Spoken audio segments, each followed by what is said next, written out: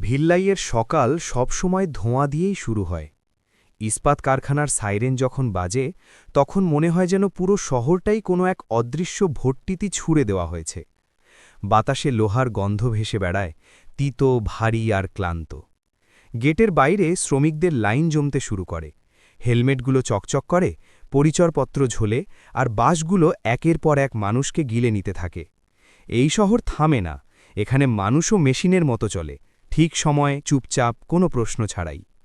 কিন্তু সেই রাস্তার ধারের গতির নিচে এক লোক বসেছিল।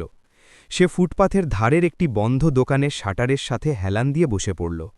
শাটারে একটা বড় তালা ঝুলছিল, যেন সেটিও কোনো ভালো সময়ের অপেক্ষায় বন্ধ হয়ে পড়ে আছে। সার্থকের বয়স ছিল ২৪ বছর, কিন্তু মুখটা বয়সের তুলনায় অনেক বেশি ক্লান্ত দেখাত। চোখের নিচে গভীর কালো দাগ, ঠোঁট শুকনো আর ফাটা। কাপড়গুলো ছেঁড়া ছিল না, তবে এত বেশি পুরনো ও ঘষা যে দেখে পরিষ্কার বোঝা যাচ্ছিল এগুলো বদলানোর মতো কোনো উপায় তার নেই।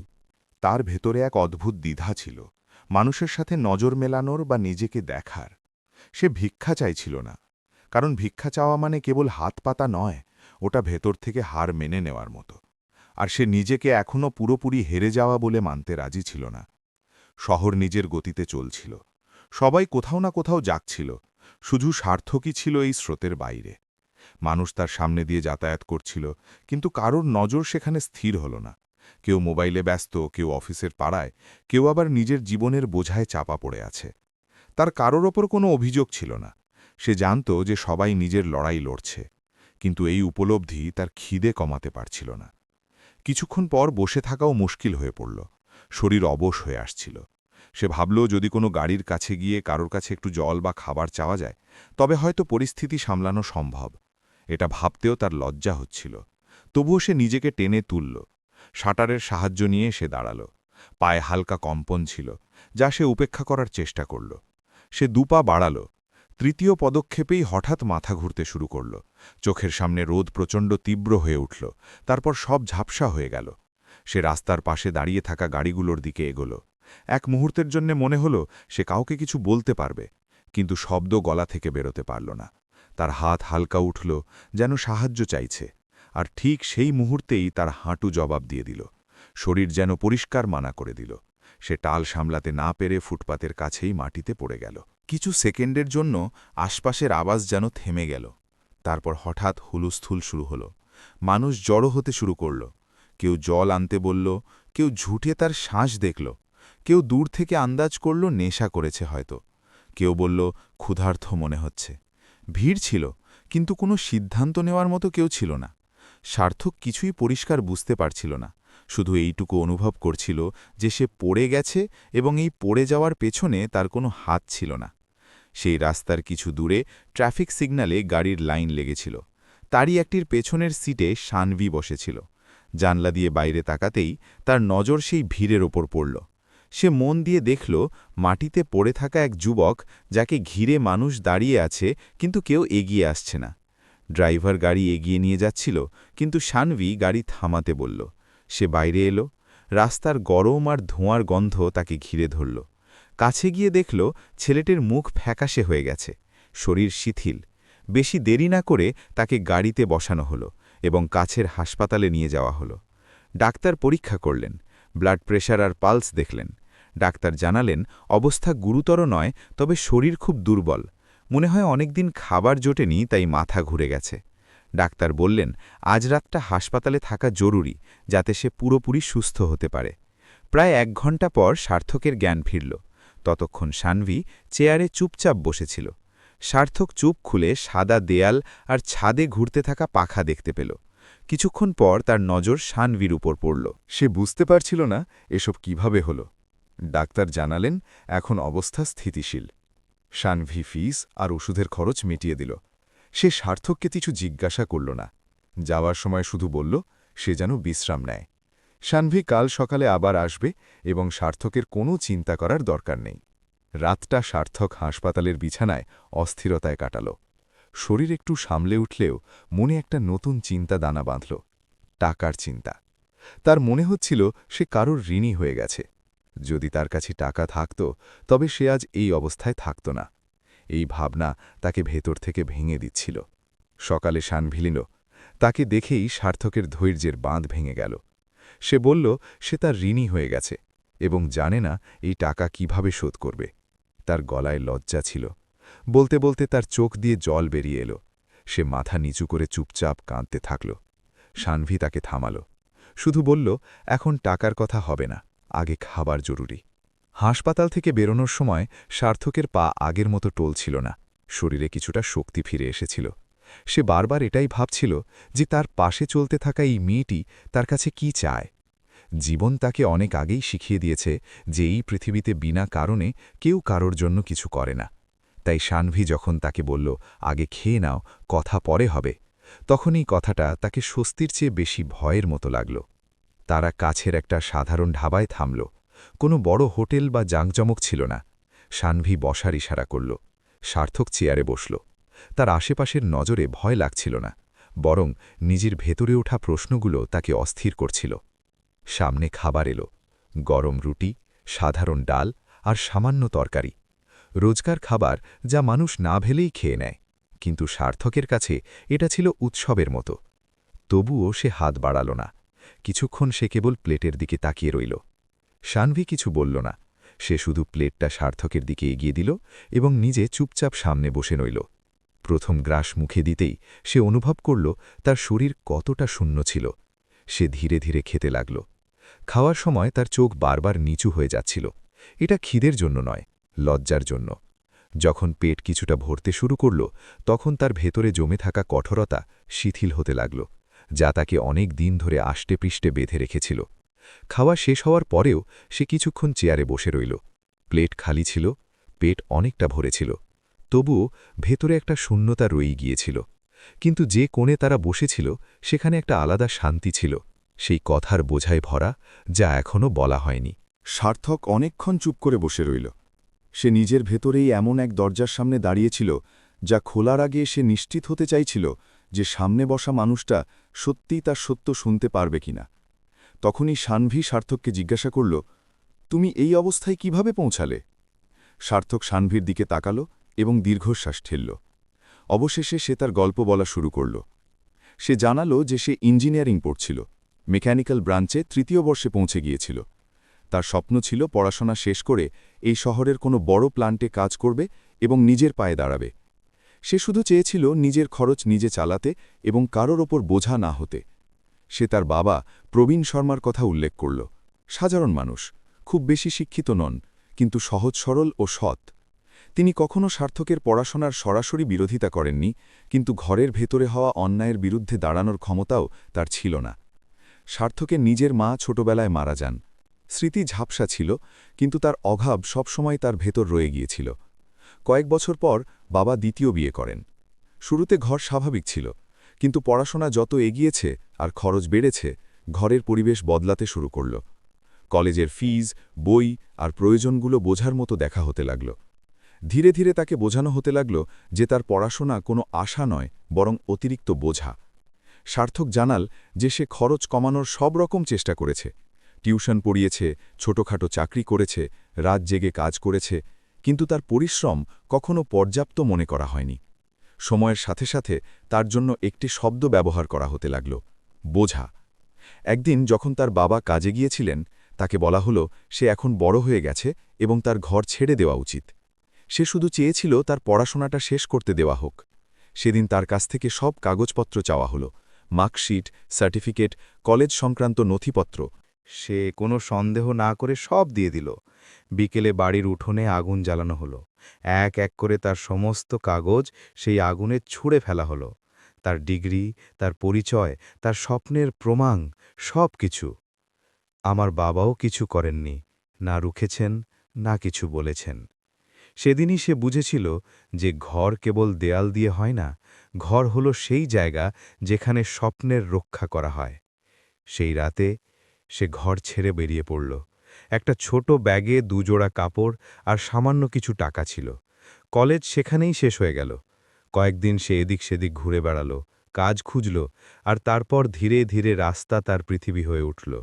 শানভি অনেকক্ষণ চুপ করে রইল। সার্থক বলল সে কারোর কাছে সাহায্য চায়নি, কারণ সাহায্য আর ভিক্ষার মাঝখানের রেখাটা খুব পাতলা।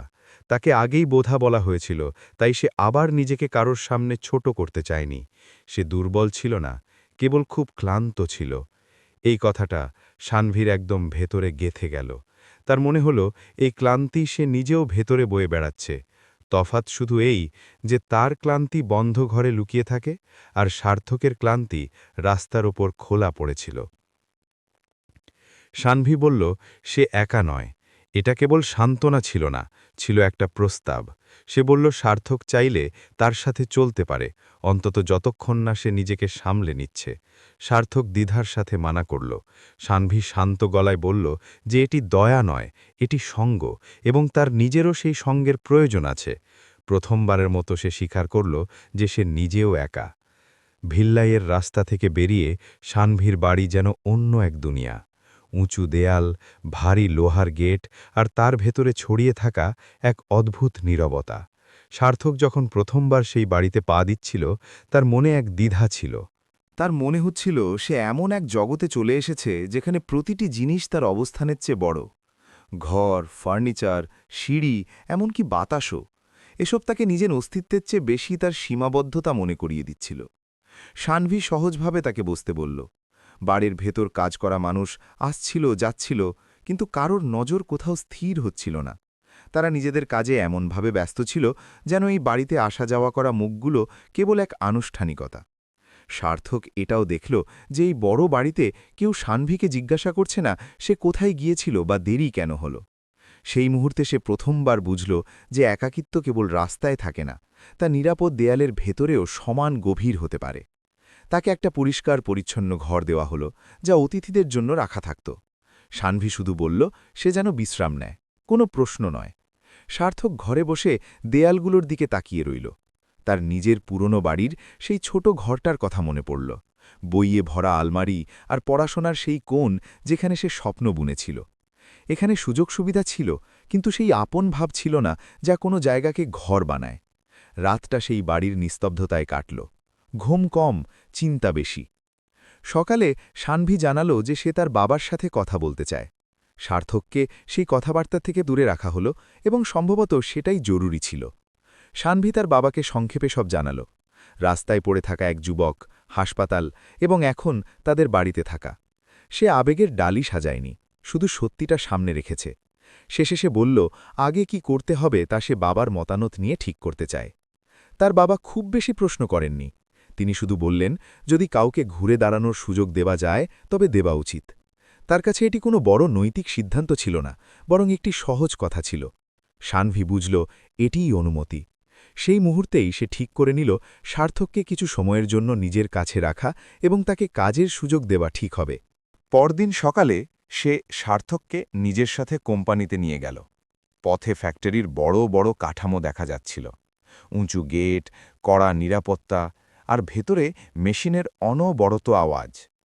সান্ধির কাছে এটি রোজকার পথ ছিল, কিন্তু সার্থকের কাছে এটি ছিল সেই স্বপ্নের ঝলক যা সে এককালে বইয়ে দেখত। এটি সেই জগৎ যেখানে সে পৌঁছাতে চেয়েছিল, কিন্তু যার দরজায় পৌঁছনোর আগেই তাকে বাইরে বের করে দেওয়া হয়েছিল। কোম্পানিতে তাকে অস্থায়ী কাজ দেওয়া হলো, কোনো বড় পদ বা বিশেষ সম্মান নয়। কাগজ সামলানো, ডেটা এন্ট্রি করা, সাইটে গিয়ে নোট নেওয়া।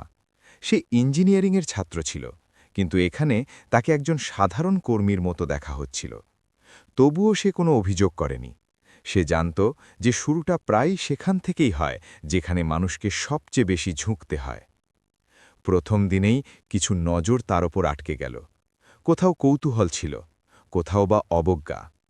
ম্যানেজার বিক্রম দেশমুখ তাকে ওপর নিচ দেখে পরিষ্কার করে দিলেন যে এখানে টিকে থাকা সহজ নয়। সার্থক মাথা নিচু করে নিল।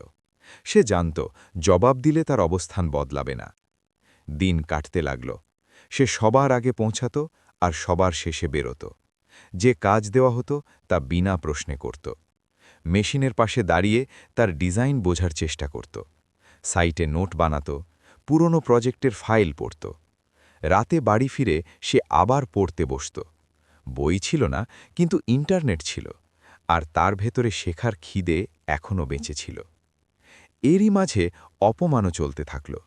কিছু লোক তার পেছনে কথা বলত, তার অতীত নিয়ে ফিসফাস করত।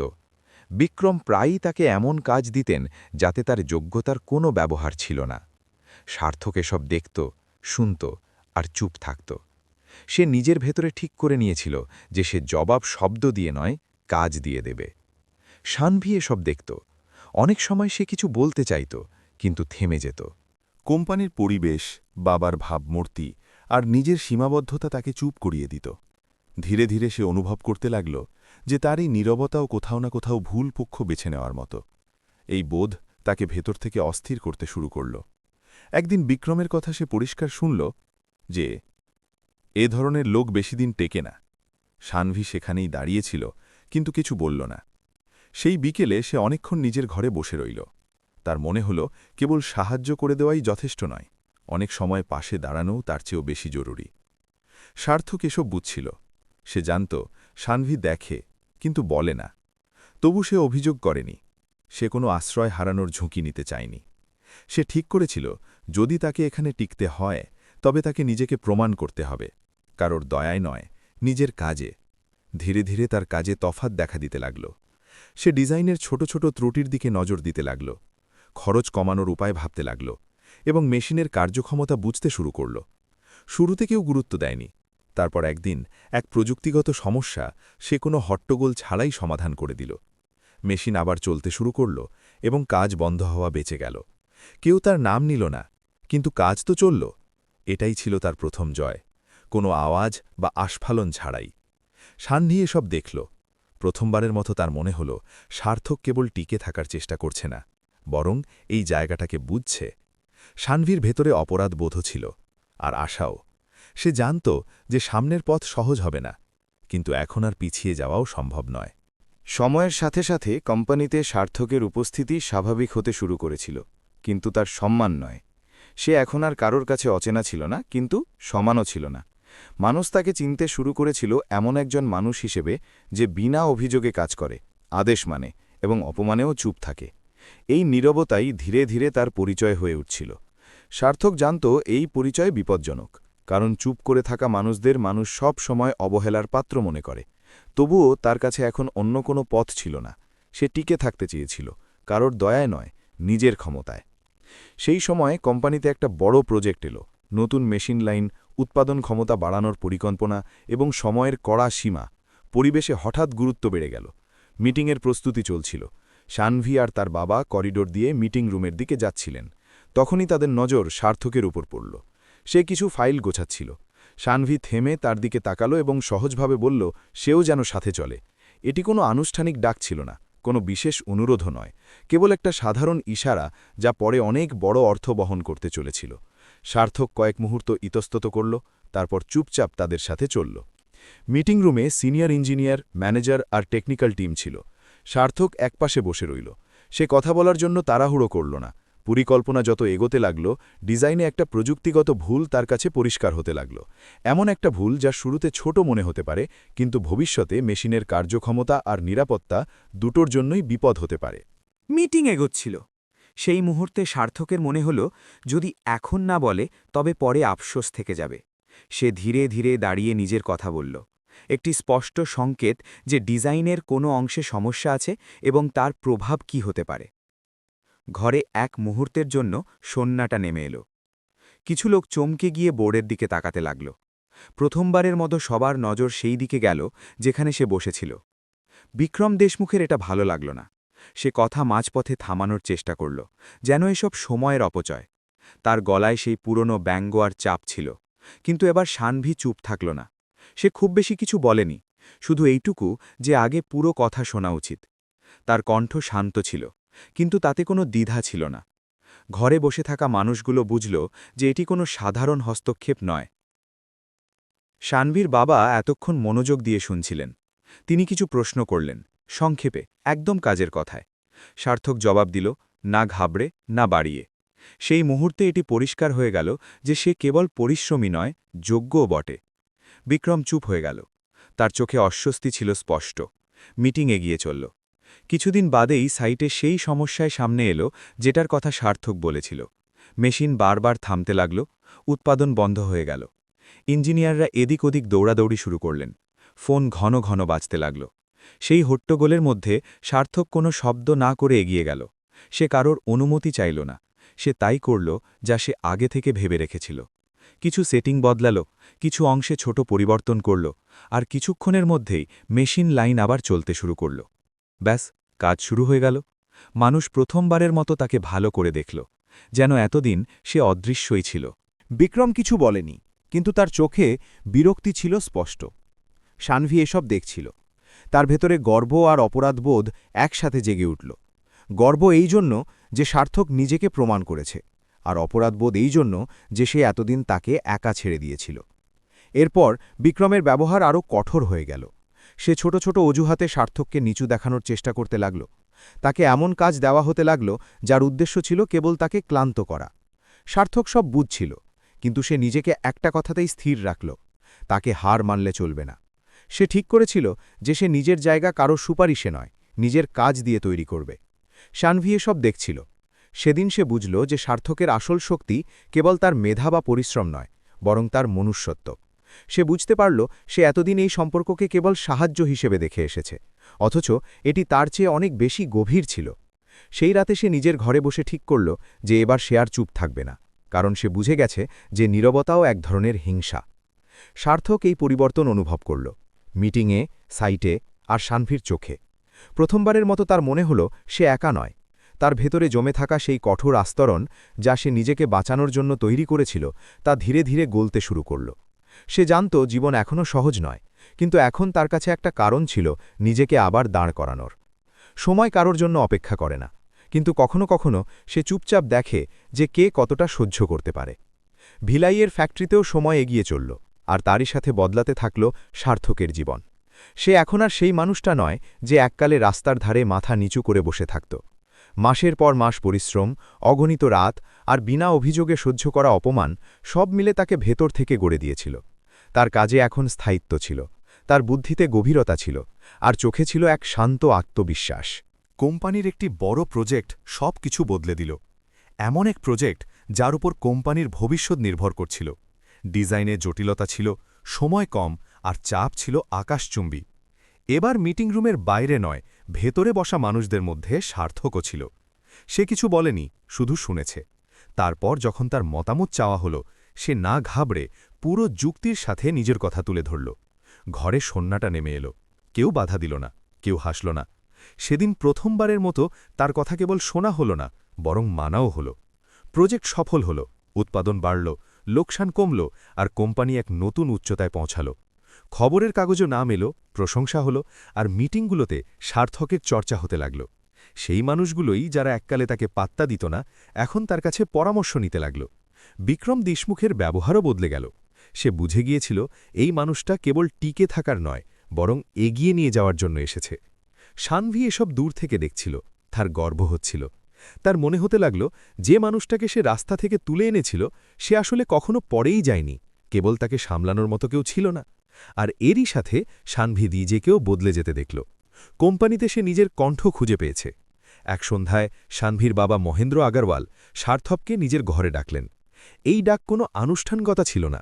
ঘরে না ছিল কোনো ফাইল, না মিটিংয়ের এজেন্ডা, কেবল দুটো চেয়ার ছিল আর এক দীর্ঘ নীরবতা।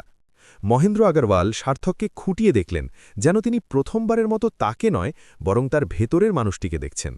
তিনি বললেন তিনি সব দেখেছেন, তার পরিশ্রম, তার ধৈর্য আর তার স্বভাব। তিনি বললেন, তুমি ইঞ্জিনিয়ারিংয়ের ডিগ্রি হয়তো নিতে পারোনি, কিন্তু তুমি এক মস্ত ইঞ্জিনিয়ার, তুমি এক মস্ত বড় মানুষ। তিনি স্বীকার করলেন যে শুরুতে তিনি তাকে কেবল এক অস্থায়ী সাহায্য ভেবেছিলেন, কিন্তু এখন সে কোম্পানির এক মজবুত স্তম্ভ হয়ে উঠেছে। এরপর তিনি সেই কথাটি বললেন যার জন্য সার্থক প্রস্তুত ছিল না। তিনি বললেন তিনি চান সার্থক আর সানভি যেন একসাথে থাকে জীবনেও। ঘরের বাতাস ভারী হয়ে এলো। এই প্রস্তাব কোনো ব্যবসায়িক চুক্তির মতো ছিল না, বরং ছিল একজন বাবার পক্ষ থেকে যিনি নিজের মেয়ের জন্য স্থায়িত্ব চেয়েছিলেন। সার্থক কিছুক্ষণ চুপ রইল। তার সামনে পুরো জীবনটা একসাথে দাঁড়িয়ে পড়ল। জ্বলন্ত সেই ডিগ্রিগুলো, বাবার নীরবতা, রাস্তার হাড় কাঁপানো শীত, সানভির দেওয়া প্রথম গ্রাস আর কোম্পানির সেই দীর্ঘ রাতগুলো। সে খুব শান্ত গলায় জবাব দিল যে আজ সে যা কিছু তাতে সানভির অবদান আছে। যদি সে রাস্তা থেকে উঠে থাকে, যদি সে কাজ পায়, যদি সে নিজেকে প্রমাণ করার সুযোগ পায়, তবে তা কেবল সানভির জন্যই। সে এটাও পরিষ্কার করে দিল যে এই অবস্থায় সিদ্ধান্ত নেওয়ার অধিকার তার হতে পারে না। সে কোনো আদেশ মানছে না, সে কেবল মানবতার সামনে মাথা নুইয়ে দিচ্ছে। যদি সানভি চায় তবেই সে রাজি, আর যদি না চায় তবু সে চিরকাল কৃতজ্ঞ থাকবে। এই জবাব শুনে মহেন্দ্র আগরওয়াল কিছুক্ষণ চুপ রইল। তিনি প্রথমবারের মতো অনুভব করলেন যে এই লোকটা কেবল যোগ্য ইঞ্জিনিয়ার নয়, বরং এক গভীর আত্মসম্মানবোধ সম্পন্ন মানুষ। তিনি বড় কিছু বলেননি, কেবল সার্থকের কাঁধে হাত রাখলেন, সেই হাত যা কখনো তার নিজের বাবা রাখেনি। পরে সানভি আর সার্থক মুখোমুখি বসল।